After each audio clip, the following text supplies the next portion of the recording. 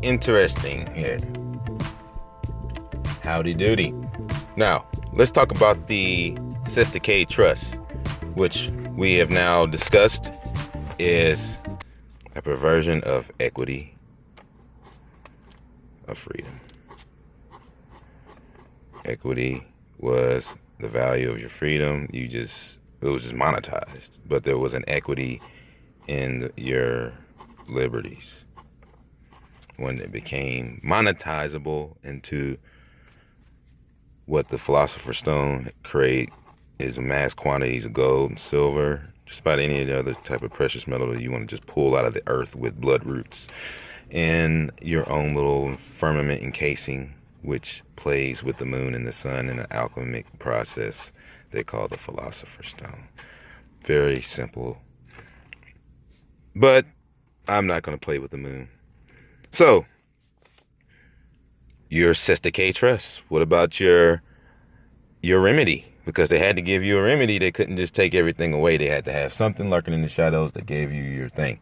But unfortunately, it's all stamped with their seals. It's all their stuff. If you spend all if you get your straw man back and you spend all of the bonds and notes like it's money, because it is, all those certificates and all this stuff, if you spend up all that stuff like it's money, this puts you in a de facto as the flesh. So it makes you back into a slave all over again.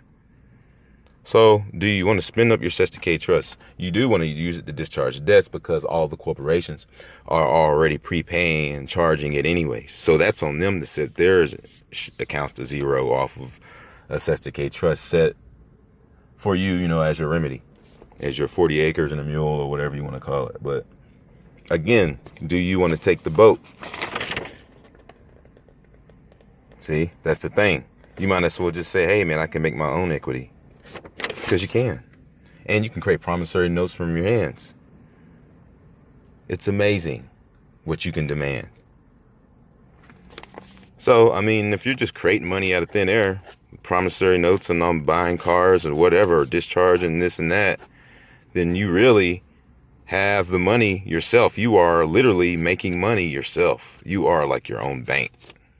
That's technically what you are. So do you need a cystic trust, birth certificate, estate, liquidated? Maybe perhaps you could accept some damages. But what I recommend is just to sue the pants off everybody. If you sue the pants off of everybody, you're getting credit and Federal Reserve, non-redeemable notes, of course, or lawful money. And there's no strings attached.